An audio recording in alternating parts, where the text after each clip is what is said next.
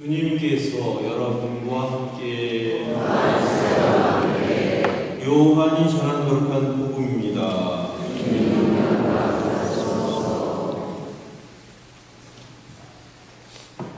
그날 곧 주간 첫날 저녁이 되자 제자들은 유다인들이 무서워 문을 모두 잠가 놓고 있었다.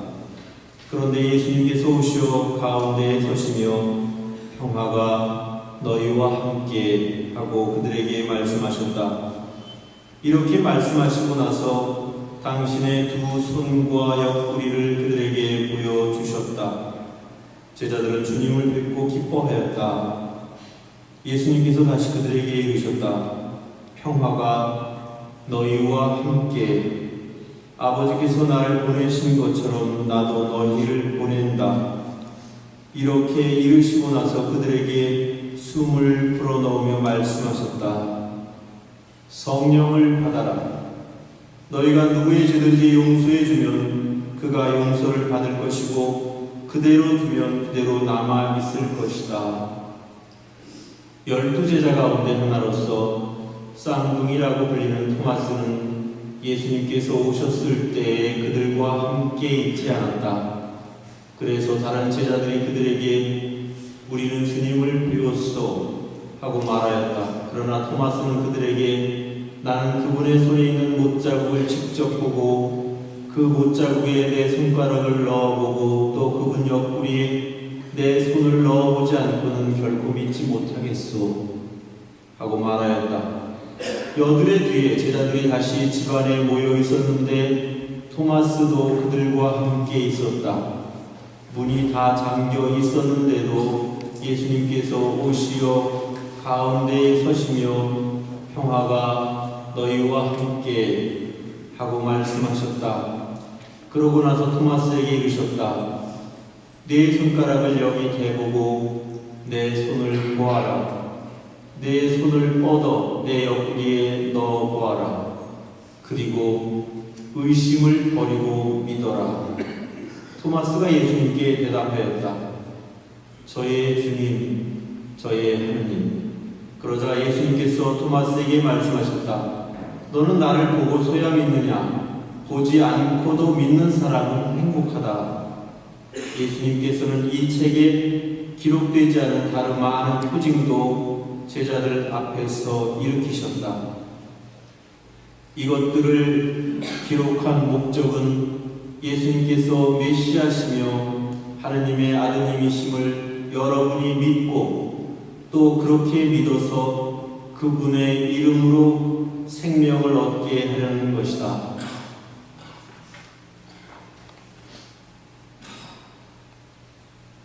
주님의 말씀입니다. 참 예수님, 여러분 부활하셨습니까? 소리가 없네요. 부활이 안 되는 모양이네요. 예, 부활하신 분이 있다면 참 부럽습니다. 죄송스럽게도 저는 아직도 부활하지 못하고 무덤 속에 아직 갇혀 있는 것 같은 그런 느낌이 듭니다. 답답하고 또 한편으로는 여러분들 사이에서 부활의 모습을 보고 싶은데 확인이 잘 안 됩니다. 저도 예수님의 옆구리에 손을 넣어보고 예수님의 손바닥에 있는 상처에 손을 넣어보고 그러고 싶은 심정입니다. 저는 부활이라고 하는 것에 대해서 이렇게 생각합니다. 부활은 사람의 선물이다 생각합니다. 부활은 우리가 예수님이 돌아가셨다가 사흘 만에 살아나신 것이 부활이다 하지만 왜 예수님이 사흘 만에 살아나셨는지에 대한 근본적인 이유를 한번 생각해 보아야 할 것입니다. 예수님께서는 우리를 너무나 사랑하셨기 때문에 인간이 되셔서 이 세상에 오셨고 또 우리 때문에 순환을 받으시고 또 우리 때문에 십자가 형벌이라고 하는 끔찍한 죽음마저도 감수하셨습니다. 무엇 때문에? 사랑 때문에. 우리를 사랑하기 위해서.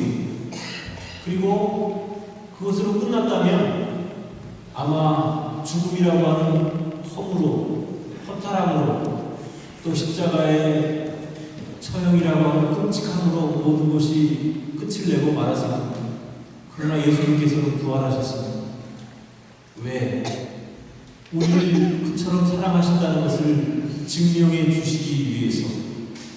예수님은 당신의 생애를 통틀어서 너희는 서로 사랑하여라, 이 한마디로 모든 가르침을 요약할 수가 있는데, 정말 예수님께서는 당신이 우리를 사랑하신다는 것을 살아생전에도 잘 보여주셨고, 기적을 통해서, 치유를 통해서 사람들에게 보여주셨고, 그것도 모자라서 순환과 죽음까지도 불사하셨고, 또 그것을 완성하시기 위해서 부활이라는 모습을 우리에게 보여주심으로써 죽음으로 끝나고 말 우리의 인생에 부활이라고 하는 희망을 남겨주셨습니다.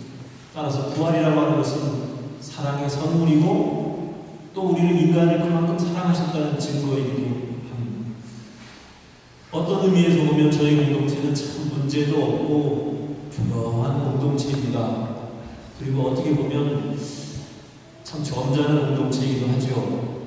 그렇지만 그 조용함이, 그 점잖음이 활발한 그런 의미의 점잖음이 아니고 무관심이 자리하고 있다는 것입니다. 서로가 서로를 사랑하지 못하고, 서로가 서로를 진심으로 아껴주지 못하고, 또 서로가 서로를 받아들여주지 못하는, 그래서 결국 따뜻하지 못한, 냉랭함이 가득한 그런 모습으로 산다면 꼭 문제가 있어서가 아니라 문제가 없이 보이는 그 문제가 더 문제일 수 있다는 것입니다. 오늘 저는 독서와 복음을 통해서 특별히 첫 번째 독서에 보면 베드로를 포함한 많은 제자들이 밖으로 나와서 사람들에게 복음을 전파하고, 당신들이 십자가에 매달아 죽인 그 예수님이 부활하셨습니다 하고 용감하게 증언하는 모습을 보게 됩니다. 부활을 체험한 사도들은 더 이상 유다인들이 무서워서 다락방에 숨어서 덜덜 떠는 그런 사도들이 아니라 수많은 기적을 일으키면서 예수님의 부활을 전하는 그런 용감한 사도들로 변화되었던 것입니다. 이처럼 부활이라고 하는 것은 변화를 요구합니다. 어제의 나와 오늘의 내가 달라지기를 바라는 겁니다. 어제처럼 그렇게 무덤덤하게 살아가기를 바라지 않고, 부활을 체험한 나는 좀 더 기쁘게, 그리고 예수님의 말씀을 따라서 적극적으로 살아가기를 바라는 것입니다. 두 번째 독서인 요한복음에는 장차 오실 예수님을 전하면서 예수님은 처음이며 마지막이시고 돌아가셨다가 살아나신 분이라고 증언하고 있습니다. 이런 사실을 볼 때에 어떻게 보면 우리가 직접 보지는 못했지만 예수님의 부활이라는 것이 이렇게 큰 의미가 있다는 것을 우리는 받아들일 만한 마음의 준비가 되어 있습니다. 오늘 복음에는 토마스라는 사도가 나옵니다. 저는 어떤 의미에서 토마스의 마음이 이해가 되기도 하고, 또 한편으로는 토마스야말로 우리의 은인이 아닌가 그런 생각을 합니다. 왜냐하면 우리도 여전히 믿음이 부족하고, 예수님은 부활하셨지만 부활하신 그 예수님을 확인하고 싶어하는 그런 마음이 있습니다. 토마스는 솔직한 사람이었습니다. 나는 내 눈으로 스승인 예수님을 보고 그 상처에 내 손가락으로 확인해보지 않고 믿지 못하겠어, 이렇게 이야기했습니다. 그런데 예수님께서 번거로우심에도 불구하고 또다시 나타나셨습니다. 그 이유는 무엇일까요? 그것은 지금 당장은 믿지 못하고 불신하는 제자이지만 그 제자를 포기하고 싶지 않았기 때문에 그렇습니다. 토마스를 사랑하는 마음에 예수님이 다시 나타나십니다. 그리고 나서 한마디 따끔하게 이야기를 하십니다. 토마스야, 너는 나를 보고야